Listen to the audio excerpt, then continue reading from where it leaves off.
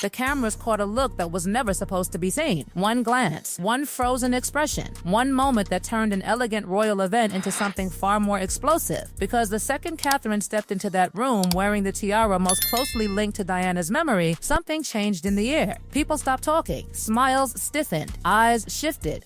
And according to whispers that have been circulating ever since, one person in particular looked like she had just witnessed her worst nightmare come to life. The jewelry sparkling on Catherine's head was not just another royal accessory. It was a symbol, a message, a reminder. And if the rumors are to be believed, it was also the beginning of one of the most uncomfortable royal confrontations in recent memory. The story begins with a piece of jewelry that carries decades of emotion, controversy, heartbreak, and history. The Cambridge Lover's Knot tiara is not merely diamonds and pearls arranged into a beautiful crown. It is one of the most recognizable symbols ever associated with Diana, Princess of Wales. Whenever Diana wore it, the world noticed. Photographs of her wearing that tiara became legendary. It appeared during some of the most glamorous moments of her royal life and became so connected to her image that many people stopped seeing it as part of the royal collection and started seeing it as something that belonged to Diana herself. After Diana's death, the tiara disappeared from public view. It remained hidden away for years, almost as if it carried too much emotional weight to be worn by anyone else. Time passed, generations changed, yet the connection between Diana and that tiara never faded. It remained frozen in the public imagination. Then Catherine entered the picture. Slowly, carefully, and over many years, she became the woman most often associated with Diana's legacy. She inherited the title Diana once held.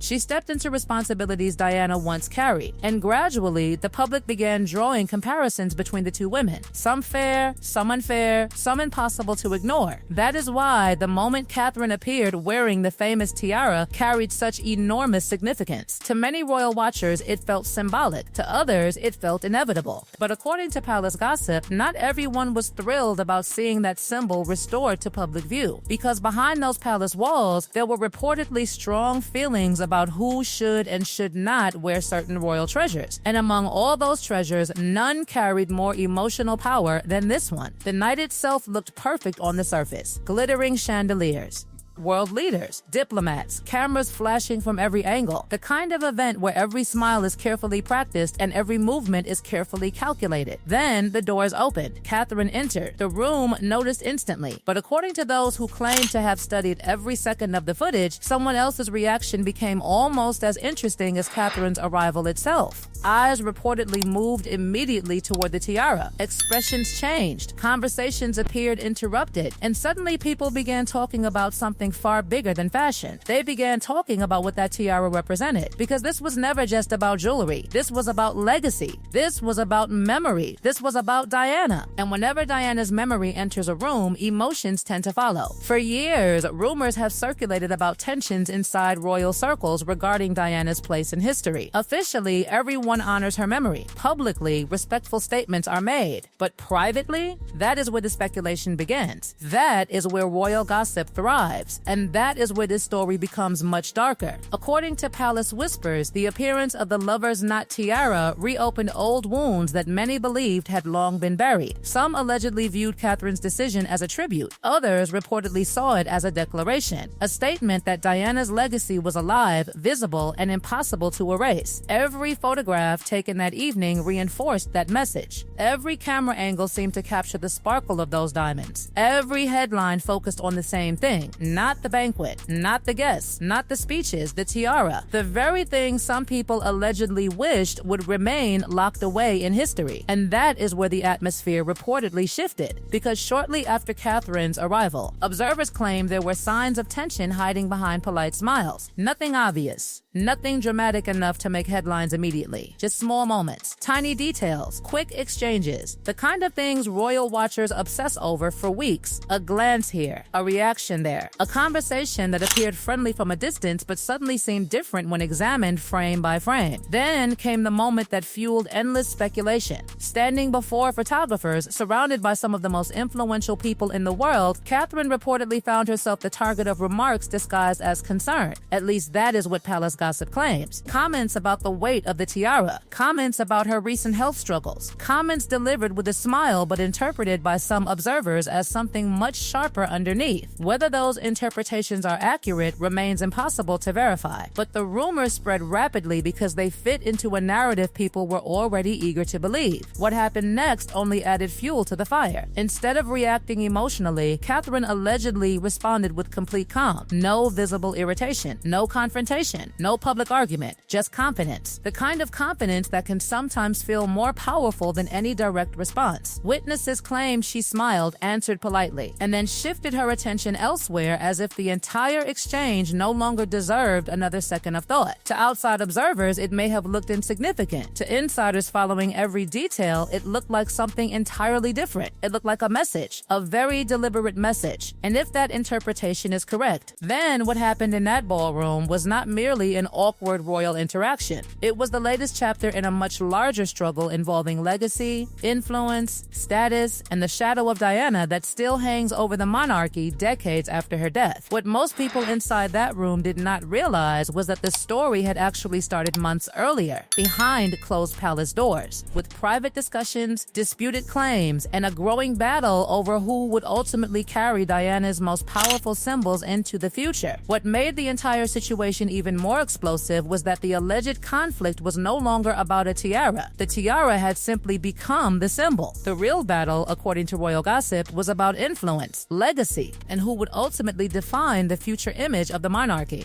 Inside palace circles, people reportedly understood something the public was only beginning to notice. Catherine was no longer the cautious royal who spent years avoiding controversy and quietly accepting every criticism thrown her way. Her battle with illness had changed the way people viewed her, but more importantly, it had changed the way she viewed herself. Those closest to her allegedly noticed it first. There was a new confidence, a new certainty, a willingness to stop apologizing for occupying space. And if the rumors are accurate, that transformation terrified some people more than they would ever publicly admit. Following the banquet, whispers supposedly spread through palace corridors faster than anyone expected. Conversations were happening behind closed doors. Questions were being asked. Why had Catherine chosen that specific tiara for that specific event? Why now? Why during her return to major public duties? Some insisted it was merely a tribute to royal history. Others believed it was far more strategic. They argued that Catherine knew exactly what message the image would send. Diana's tiara, Diana's title, Diana's future queen, all standing together in one carefully crafted photograph. Whether intentional or not, the symbolism was impossible to ignore. The attention only grew stronger in the weeks that followed. Every newspaper photo seemed to reignite the discussion. Every appearance generated fresh analysis. Royal commentators debated body language. Social media users examined expressions frame by frame. Theories multiplied. Some claimed Catherine was quietly reclaiming Diana's legacy piece by piece. Others argued she was simply doing her duty while the public projected deeper meanings onto every movement she made. But regardless of which interpretation was correct, one fact remained undeniable. Catherine was dominating the conversation. That reportedly became a growing source of frustration behind palace walls, because whenever Catherine appeared, headlines followed. Whenever she smiled, photographs spread worldwide. And whenever Diana's memory became part of the discussion, public sympathy overwhelmingly moved in one direction. That reality allegedly created tensions that could never be openly acknowledged. Nobody could publicly oppose Diana's legacy. Nobody could openly criticize Catherine's recovery journey. Yet, according to persistent rumors, there were individuals who privately resented how powerful those two forces had become when combined together. Then came another moment that insiders supposedly still talk about: a private family gathering. No cameras, no reporters, no official photographs, just family members spending time together away from public attention. Yet even there, according to palace gossip, Catherine managed to deliver another message without saying a word.